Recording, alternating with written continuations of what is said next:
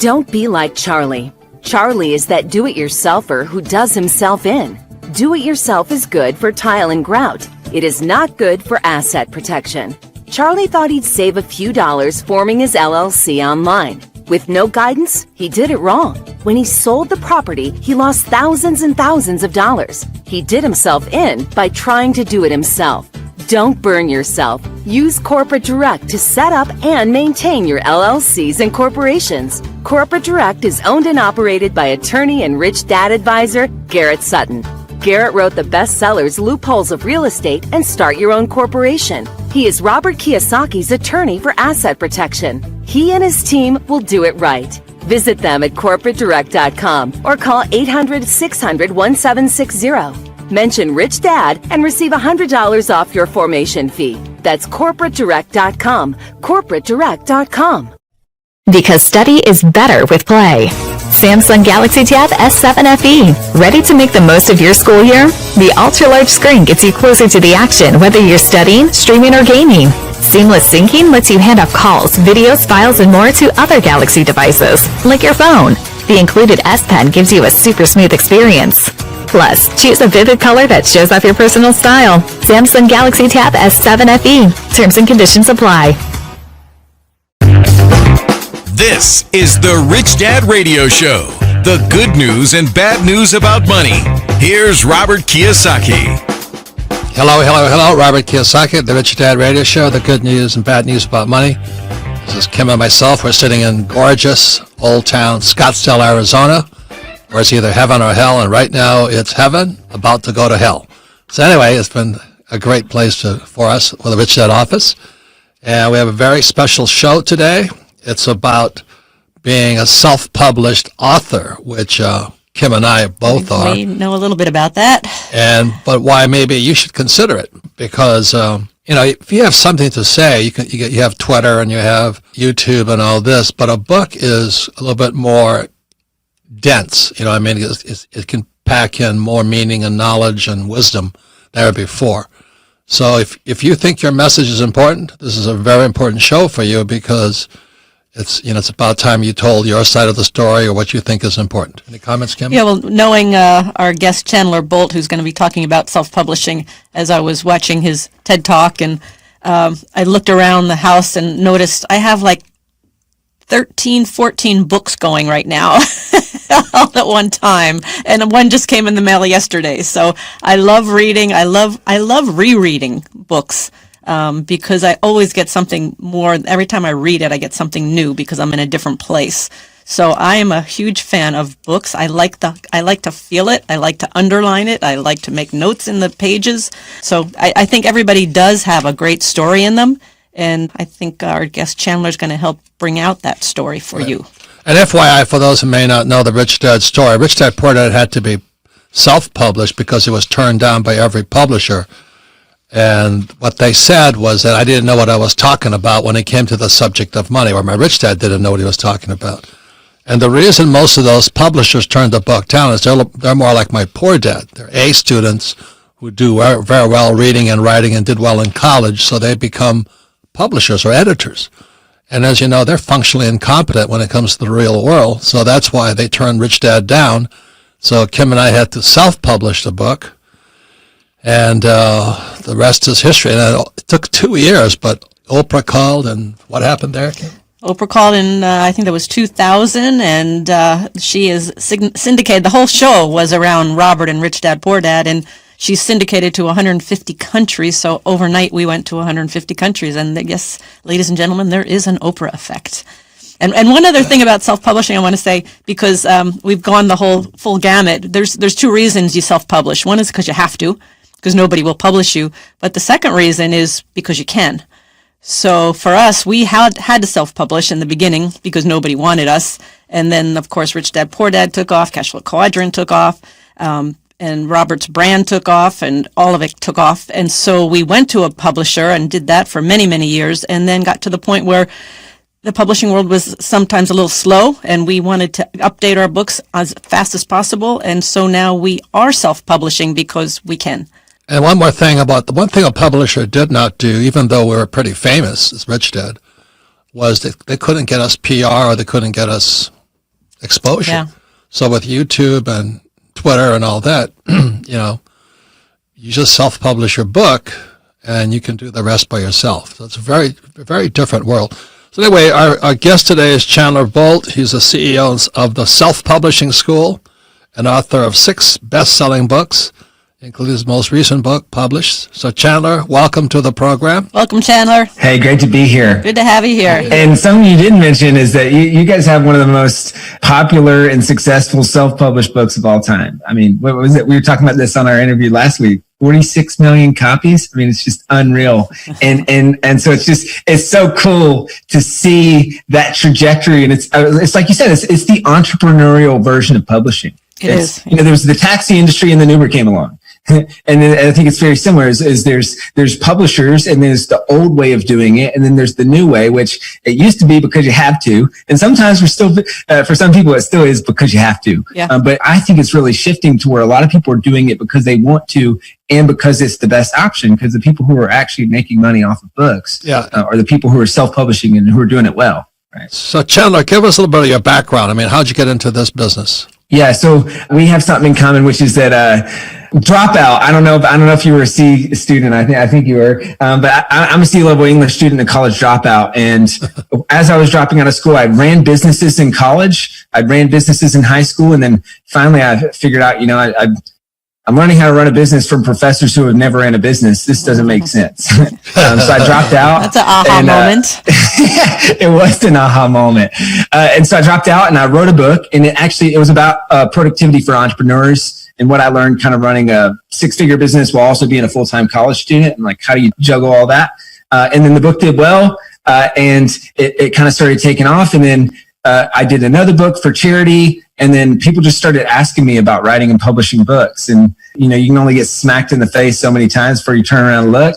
And you turn around and look, and there's all these people there wanting to pay you for that thing that you didn't even think about. And so we started working with people, and we had a cohort of 40-something students. And then we worked a lot of them through the process. And then for me, that was when it was, okay, I can do this, not just me, but I can help others do this. And so then we've kind of been off to the races to the point now where we went from 0 to over $16 million in the last 5 years, helped thousands of people write and publish books. Inc. 5000 last 2 years in a row is one of the 5,000 fastest growing private companies in America. So we've just been kind of scaling, building, and changing lives through books. It's been a lot of fun. Well, congratulations on all your success and all that. So what are your reasons? Why do you tell people they should self-publish, or what's the reason for publishing, even writing a book? Because that's quite an undertaking. Yeah. Well, I mean, so there's the writing piece and why do it to begin with? And then there's, okay, should I self-publish, traditionally publish? And I think, like, for us, we believe that books change lives, right? It changes the lives of the author. It changes the lives of the reader. And I love what you were saying, Kim, which is like, not only the first time, but then you go back and reread it and you're at a different phase of life and you have different context. And so different things jump off the page.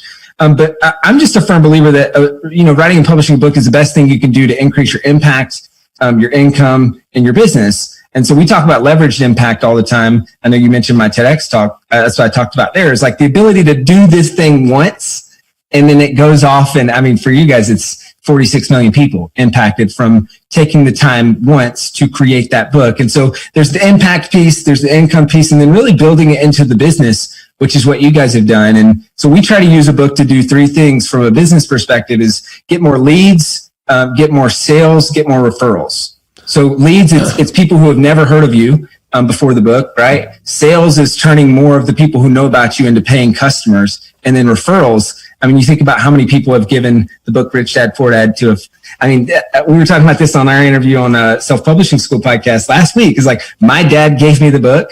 I read probably 4 of your books in high school. And then that kickstarted my whole journey. And I've got the cash flow game in the trunk of my car. It's like so many people, it goes on to just the ripple effect is so large. And so I think that's the why. And then choosing between self-publishing or traditional publishing, for 99% of people, it makes more sense to self-publish.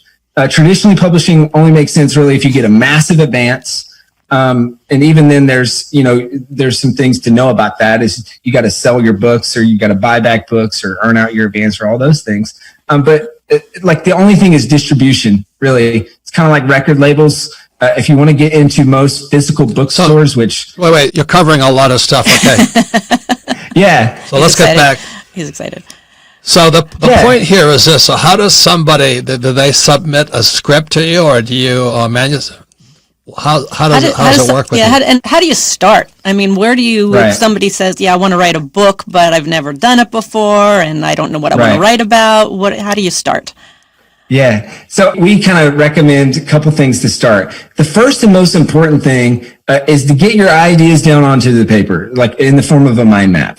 So I recommend like the first step. And so for anyone watching, listening to this, as soon as this interview is over, take 15 minutes, get a blank sheet of printer paper, put your idea in the middle of the page, and then just start brainstorming. And what most people will find is, you come into that process and you think, I don't know what I would write about, or maybe this is 10 pages. This isn't a book. But then you realize there's a whole lot more in that noggin of yours than you think. And so, kind of writing down stories, what are ideas that you have. For business owners, it's usually like, what are the broken record conversations that you have over and over and over again, either in the sales process, the onboarding process. And, there's probably something that you're tired of talking about. And the best way to stop talking about it is to write a book on it and then just point people to the book. That's really important, because that's how I got into writing the book. Was I was telling the same old story over and over and over again, and people seemed to like it, so we just wrote it. Right, Kim? Yep. Yeah. And you bring up a really good point too, in terms of once you get the book out there and to traditional publishers versus self-publishing. To Robert's point earlier, is that they're not going to sell it for you. People think you're going to go to a publisher, they're going to publish it, and then they're just going to keep getting you PR for years and years. No, maybe a week, maybe 2 max. Right. But after that, it's up to you to sell that book. And I've seen so many authors fall into the trap of thinking that the publisher is going to do it for them, and nobody can sell your book better than you. So Chandler, do you help people sell the book? Yeah, so we're an education company, so we walk people through the whole process. And I mean, the marketing stuff is what we're really good at. And because it's exactly what you said, Kim, and this is exactly what we talked about in our interview last week, Robert, which is, it's best-selling author, not best-written author. And no one's gonna sell your book besides you. And we see that all the time, Kim. It's exactly what you said, which is people think, I'm just going to pay them to do the marketing, whoever them is, whether it's the publisher, whether it's a different company, and no one cares about your book or your idea more than you do. And so you got to do it. And that was I had a friend ask me after our interview last week, Robert, is like, what was the biggest takeaway from that interview? And the biggest one for me was, you said that early on you hired a full-time PR person. From the start. From the beginning, yeah. And she's still with us. She's still with us today. Yep. That's amazing. You can't. And like you were talking about how that helped transform the book into a brand, right? And I told my friend, he runs a business as well. And I told him that, and he's like, oh man, that Sarah Blakely did the same thing with Spanx. And then we started like connecting the dots, and it was like, because your point was it's the cheapest form of advertising. It is to hire a full-time PR person. And so I think that's just one example of exactly what we're talking about, right? Which is investing in the marketing in the book early and often. So what Chandler's talking about is when I was in the nylon and Velcro surfer wallet business, the way I didn't know about PR. So we had to buy ads in like Runner's World magazine and stuff like that. But the best one was a PR article. So let's say we spent, back then it was $16,000. This is in the 70s for a Runner's World full page 4-color. Took 4 months to produce. Think about that. Now you can produce it in a day and get it out today. And then not only that is once we got it in the magazine, I made a mistake. I forgot to, I was advertising my new shoe pocket, the thing that the nylon wallet, the one in your shoelaces of your shoes. And so I was waiting for the phone to ring, and the phone didn't ring. So I went to the New York Sporting Goods show with my booth and all that, and I'm setting the thing up. And this young guy he was from Hudson Bay Company out of Canada. He comes up, he says, "Hey, Rippers, where have you been? Where have you been?" I said, "What do you mean, where have I been?" He says, "My store is filled up with people looking for your product, and, where are you?" And I said, "Well, why didn't you call?" He says, "You idiot, you forgot your phone number and address." Oh no! So that set us back 6 months and $16,000. Anyway, we'll be back. We'll be talking more about, is writing a book in your cards. I mean, it's, they say that's one of the things you should do as an adult. You should write a book, plant a tree, and have a kid. In that order? I don't know about the kid part, but I like the tree part. the tree's nice. You don't have to take care of the tree that well. And a book is just a one-time pain, not a lifetime of pain. Anyway, when we come back, we'll be talking more about Chandler Boats, whether or not you should be a self-published author. We'll be right back. This is it. The putt to win the tournament. If you sink it, the championship is yours. But on your backswing, your hat falls over your eyes. Is this how you're running your business? Poor visibility because you're still relying on spreadsheets and outdated finance software? To see the full picture, you need to upgrade to NetSuite by Oracle. NetSuite is the #1 cloud financial system to power your growth. With visibility and control of your financials, inventory, HR, planning, budget, and more, NetSuite is everything you need to grow, all in one place. With NetSuite, you can automate your processes and close your books in no time, while staying well ahead of your competition. 93% of surveyed businesses increased their visibility and control after upgrading to NetSuite. Over 27,000 businesses already use NetSuite. And right now, through the end of the year, NetSuite is offering a one-of-a-kind financing program to those ready to upgrade at netsuite.com/C-Suite. Head to netsuite.com/C-Suite for special end-of-year financing on the #1 financial system for growing businesses. netsuite.com/C-Suite. This episode is brought to you by Rad Power Bikes, designed to be a blast to ride and good for the environment. Rad Power Bikes have affordable e-bikes for every kind of rider. Get this year's must-have holiday gift at radpowerbikes.com. Welcome back. Robert Kiyosaki, the Rich Dad Radio Show, the good news and bad news about money. You can listen to this program on Rich Dad Radio anytime, anywhere on iTunes, Android, or YouTube. And all of our programs are archived at richdadradio.com. We archive them because we're an education company. We have no product. We don't sell stocks, bonds, mutual funds, ETFs, gold, or silver. But we do sell education. And then one of the best ways to learn is via repetition. If you listen to this podcast again, you'll pick up twice as much. You may get convinced that it might be worth the effort to go through writing a book. But more importantly, if you have friends, family, and business associates, and if you're planning on writing a book, this would be a good program to review with them and discuss it with them to get the pros and cons, because it is an undertaking. Kim, what was it like for you to write a book? Well, this is interesting because we're talking about books and publishing, and there was a really important book that helped us through this. And when Robert wrote the book, Rich Dad, Poor Dad, and then no publisher wanted it, so we're like, we have to self-publish. Well, how do you self-publish? Gosh, I don't know how you self-publish. So I bought a book, and it was called The Self-Publishing Manual.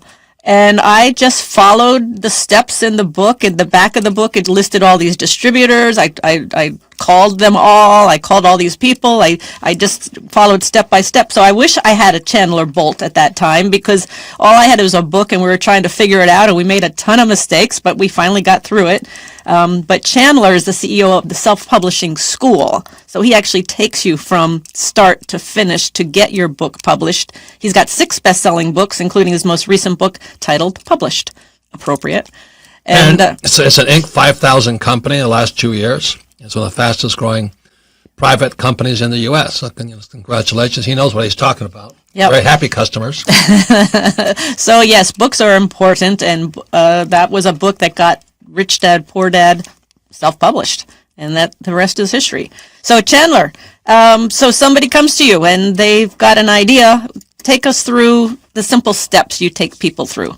Absolutely. So one of the first things that we focus on is getting the rough draft finished. Like that is the most important thing, because, it's kind of like one of those things where until you have the rough draft finish, it's weird. You finish the rough draft and you start to see the light at the end of the tunnel. It goes from this thing that I'm thinking about doing to oh, wow, this is actually going to get done. And people start, when they get, it's like, maybe you've heard the joke, you can tell when a writer's on a deadline because that's when they're on social media. It's like, there's nothing more painful than actually writing. So you want to do everything else but write. And that's a great point. I hate it. Yeah. So how do you get yourself focused? Because it's so easy to sit down or I sit down and nothing comes. Well, the refrigerator is too close. I'm always in the refrigerator, drowning the pain. Yes. So, it's creating an environment. And then also, we have a 3-step process. We call this the 24-hour book outline challenge. And it's really the 3 steps to writing a book. And so the goal is to get from idea to outline in 24 hours and then use the outline to write the book. So step number 1 is the mind map. And so you mind map and kind of brain dump everything that you can think of around this book topic onto the page. Step number 2 is to turn that mind map into an outline. So you start to kind of group ideas. You maybe have like 5 groups of ideas, so 5 sections, and then about 3 chapters per section. And you order those sections in the order that you want to cover them in the book. So now all of a sudden you've got 5 sections, 3 chapters a section. You've got a 15-chapter outline that you'll use. We use the mind map also because the mind doesn't operate linearly. But a book has to be linear. Exactly. So you put all your thoughts down this paper, not in any order, and then that's a good picture. And then you... Yeah, well, I mind map everything, right? Like, this is me reading back through my book published, and we're going to do an updated and revised version, and I'm reading it and then just mind mapping all the changes I want to make, right? Good. Well, much more disciplined than me. So. I'm in the refrigerator drowning the pain. Robert doesn't understand what the word outline means. Hey, I just wrote one the other day. That's the thing. If you nail the outline, the writing becomes easy, which I know sounds simple, and it's what my English teachers told me in school that I never listened to. They said, hey, if you just take some time to actually outline your paper, it's going to be easier. And I'm like, well, why would I do that? That's time I could just spend writing the paper. Like, this doesn't make sense, but it actually works. And so you got kind of this 15-chapter outline, and then you move to step 3, which is to write the book or to speak the book. So you take kind of the same approach and you go chapter 1, you go, 10 minutes mind mapping everything you can think of on that topic, 10 minutes turning that mind map into an outline, and then either 45 minutes to an hour and a half writing the chapter or 10 minutes speaking the chapter, and you repeat that process chapter by chapter. So that's kind of how we walk through with people is getting from idea to rough draft done as quickly as possible. So they have that, I think there was a thing called Dragon or something. You can just speak. Yeah, Dragon dictation. Yeah. And there's a bunch of different dictation softwares. There's Rev.com or the Rev app. That's one of my favorites. It's Actual Humans. I don't know if you can tell, I've got a little bit of a Southern accent, so Siri doesn't always understand me. And so that's helpful if you have an accent, to actually have a human, so that when you read your transcription, it's not just gobbledygook and a bunch of random words. But yeah, there's a bunch of free services, and then Rev, which is pretty cheap. So once you've got the outline, this is where a lot of people get stuck. Then they got to write the book. And right. I can come up with every reason why I don't want to sit down at that computer and write that book. How do you overcome that? The procrastination and the writer's block and all. How do you overcome that? This is going to sound super basic, but one of the first things that we talk people through is why are you doing this?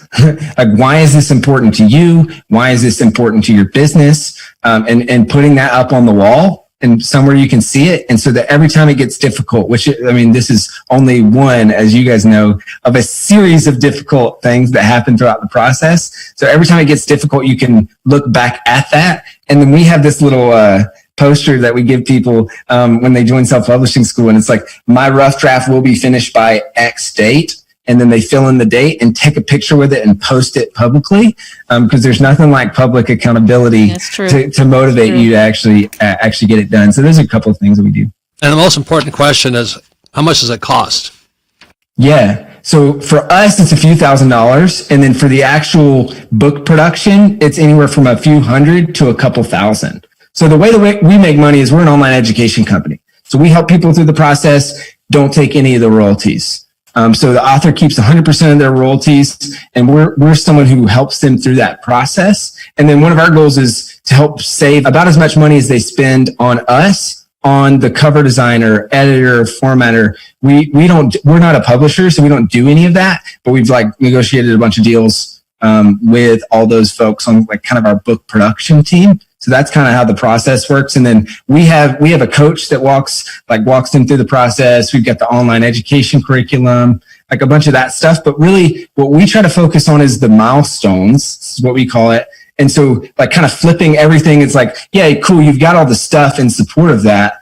But really all that matters, and you guys know this, is like when someone pays you, they're paying you for the result or for the benefit of getting the book done. So there's getting the mind map and outline. There's the rough draft. There's editing. There's book production. There's marketing. And so just flipping everything in support of those milestones as people are working through the process. So if somebody right now is saying, well, I want to do this. So who do they contact? So they can go to our website. It's self-publishingschool.com. And they can book a call with the team and we can chat about that.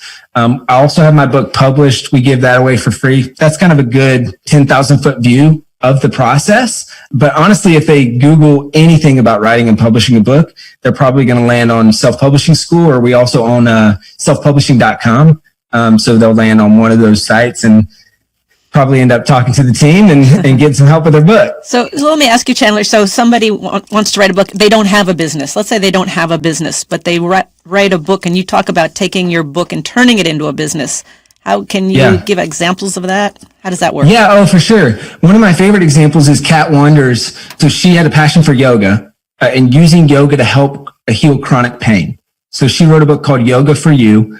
That book, I think within the first month, she got 10 customers that found her because of that book, $3,000 per customer. So it was about 30 grand in customers from the book. So the cool thing about a book is it crystallizes, it forces you to crystallize your ideas in the written form and a methodology. And then you use the book to drive leads, sales, and referrals. It's kind of exactly, we were talking about this on our interview, Robert. It's exactly what you guys did with Rich Dad Poor Dad. And then, using the book to then sell the game, the board game, and then enter it it's the top of funnel.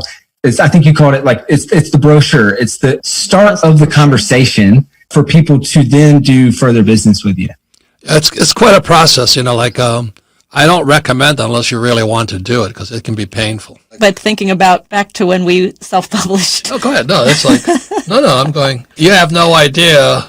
Some people like writing, but I was a C student. I flunked out of high school twice because I can't write. So when you talk about the pain, when I sit down, and I've written some big books, 500-600 page books, it takes 2 or 3 years off your life. It's a difficult process. I can relate because obviously I'm a C-level English student, college dropout. So I did not think I was going to be writing books, much less running a school in self-publishing school. And it's one of those things where, and maybe you've heard this saying, it's like the best student is often the worst teacher, or, the best player is often the worst coach because they don't know what it's like to fail. Because they've always been good at the thing, right? So I've always felt that was like kind of my superpower, and I would imagine you'd say the same thing about yourself, which is like the power is in struggling and then knowing that I need to make this simple. It needs to be ADD friendly. It needs to be very simple. Like C-level English student can understand this and can do this, and so taking this thing that most people view as complicated and making it as simple as possible, which honestly I think is exactly what you guys have done with financial education. Oh, thanks. Yeah. And the marketing of it is I think it's so much easier today in terms of getting your book in front of eyeballs, because when we started, there was no internet, and the way we got people's names, because we didn't know who was buying our book in the bookstores, we put a little ad in the back of the book that said, send in $5 for postage and handling, and we will send you this free audio cassette tape that Robert did. And that's how we started building our database.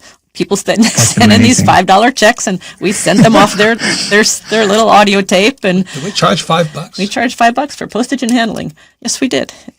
That's amazing. That's amazing. It's so funny to think back on that, right? It's like, can you imagine just randomly sending someone $5 in the mail and then waiting for them? But like, it worked. Every once in a while, we will get a check in the mail for $5 to this day from somebody that saw that. Way. Yes, from an early book. Gosh. From an early That's book. Awesome. It's 25 years ago. Yeah, it's happened.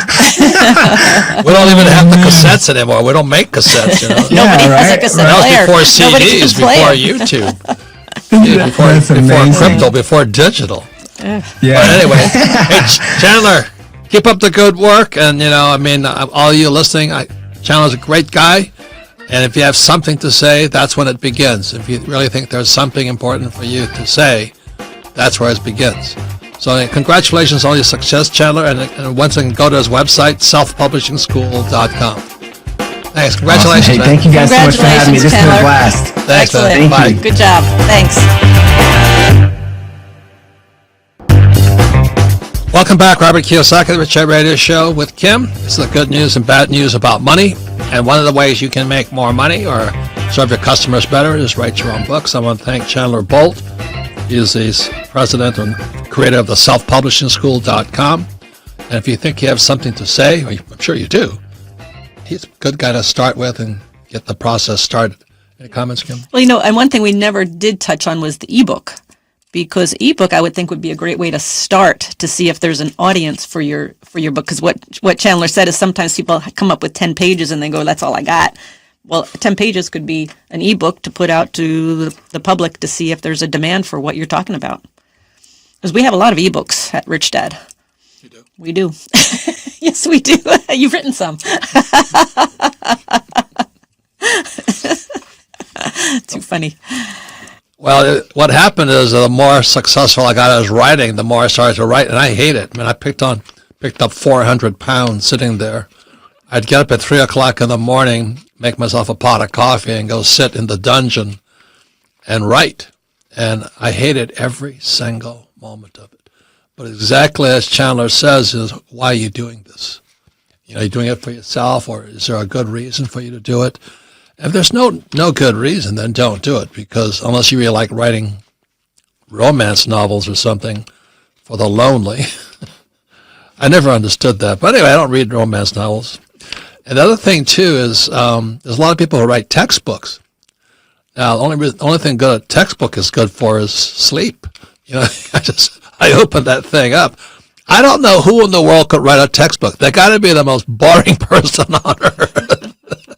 Right? There's no stories. People like stories. You got to have a story to tell. And I like when you talk about, we call it the reason why, because the reason why, what is going to keep you going when you want to quit? It's the same thing with investing. It's the same thing for your journey on financial freedom. There's got to be a reason, a deep core reason why you're doing this, because when you come up against the obstacles and when you come up against, I don't want to write this anymore, you're going to want to quit. But if there's a strong reason why, that's going to keep you going. And the way my first book was horrible, because our partner at that time kept encouraging me, Robert, you got to write a book, because back in the dark ages when dinosaurs roamed, is that every speaker had to have a book. And I said, well, I don't want to be a speaker and I don't want to write a book. So finally I capitulated and I wrote this book. I really hated school. I don't know if you get that. But if you want to be rich and happy, don't go to school, because everything they teach you in school makes you poor. Don't cheat. Well, it's called cooperation in my world. Don't make mistakes. How do you learn anything? You don't make mistakes. And they don't teach you anything about money. So that's why I wrote, if you want to be rich and happy, don't go to school. And it was controversial. We got it up to the bestseller list in Australia. We really, talk about marketing. That was marketing. That was us. But I remember in Hong Kong, we released it in Hong Kong, and it's a very controversial subject, because in Hong Kong, they're very pro school, and they adore school, and they worship school. Because they're Asians. That's why they're Asians. So we had to put a question mark. If you want to be rich and happy, don't go to school? Question mark. And that's how they accepted it. and the Chinese censored my last book, Fake, or the book before last. So, the Chinese, they're the exporters of COVID, I guess, or whatever you call it. But it's been a love-hate out there. Anyway, so it's been good to us. Can a book change your life? Yes, it can. So what was my why? Can. I hated school. It keeps me going. Do I want to make you guys rich and happy? No, I just want to punish those teachers for punishing me. That's the main reason. And it was such a painful process. And every morning I still get up and I still write, and I go, God, you're punishing me now, But let me say something, too, about Rich Dad, Poor Dad, because people go, it's like an overnight success. Rich Dad, Poor Dad was actually, although you weren't writing it, it was a 20 to 30 year accumulation of your Yeah, I experiences. did write the and book. your- Everybody says, you didn't yeah. write that book, did you? I said, I wrote it. Give me a break. I wrote it, didn't I? You wrote every Yeah. word of it. But And it you took- write all your books. You write all your books. But I'm just saying that there's all this history that you had and all this experience you had, and people have their life experience and things that they've done that probably would add to their book. And that was Rich Dad Poor Dad. And that was 20 plus years of knowledge and experience and a lot of mistakes. A lot of screw ups. I was developing, and then I wrote Rich Dad Poor Dad. I was developing my first piece of real estate out in Bisbee, Arizona. And the reason I had time to write the book, because my little house was so remote, there was no television or radio. That's how, deep in a canyon, beautiful canyon, unbelievable canyon. But I was building this house. So at night I would sit down and just write this book. And if I didn't have that, I would never have finished Rich Dad Poor Dad. Well, a couple more stories I think are funny. So I wrote this book, If You Want to Be Rich and Happy, Don't Go to School. And then the next thing you have to do is promote it. So our partner at the time books me into some literary club in Australia. This was a good story. And let me tell you something. Me and intellectuals don't get along. They're all there. They're so proud. They went to this school or that school. And I come tooling in there and I go, I'm in enemy territory. How many years ago now? 30 years ago. So I'm being the jerk that I am. So we sit down to have this dinner and all this. It was lunch. Lunch? Oh, God. And I was so nervous because I didn't want to. Could you imagine talking to a bunch of school teachers about don't go to school? But that's what it felt like. So I decided to power lift. And Australia has the best white wine. And I was power lifting this wine. And so they said, and here's the author of the book. If you want to be rich and happy, don't go to school. So I stepped up there. I thought it delivered beautifully. I thought it was the best talk I ever did. First talk I ever did, but the best. And our partner says, I said, how do...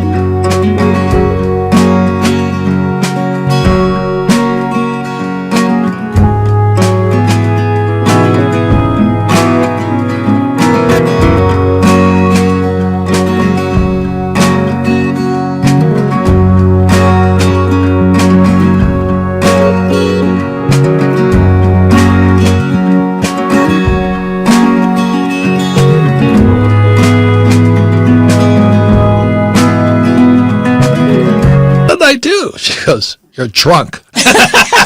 I actually thought it was a pretty good talk. She says you're slurring and spitting all over the place. So, but the Aussies loved it. Aussies are great people. Yeah. They give a shit. They're wonderful. But I think this is the most important thing. So we drove it via PR. And we drove it and drove it and drove it. It made the bestseller list. It creeped on some other bestseller lists around Asia and the U.S. and all this. So Simon & Schuster called. And so Kim and I went to New York City to Simon & Schuster to discuss if they were going to buy the book, because it was still self-published. And we sat down with the publisher. I never forget this guy. He was one of the best guys. For an intellectual, it's not bad, but he's Japanese also, Robert Azahina. And he sat down, and we thought we were going to sign a deal for if you're rich and happy, don't go to school. Do you remember what he said? He said, we're not going to take this book. He said, you will have a... Well, he rejected the book again. I said, Yeah. They rejected it again. Yeah. And he said, you will have a bestseller when you tell people what you know. You're not telling people what you know.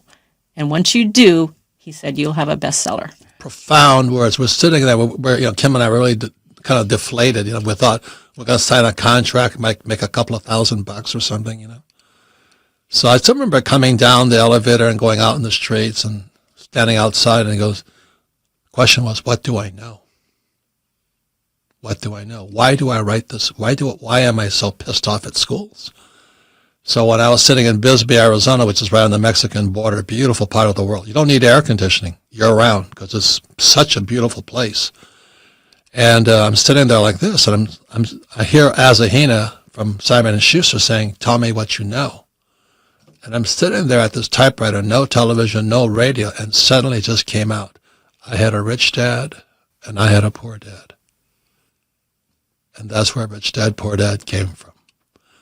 And exactly as Bob Azahina said, 2 years later, Oprah calls, and I went from a legend in my own mind to a legend. But anyway, it's worth the journey. I still hate writing. I put on weight every time I write because I got to kill the pain with food. Anyway, please contact Chandler Bolt of the Self-Publishing School. It's worth the process if you really think you have something to say. Thank you all for listening to Rich Dad Radio. This podcast is a part of the C-Suite Radio Network. For more top business podcasts, visit c-suiteradio.com.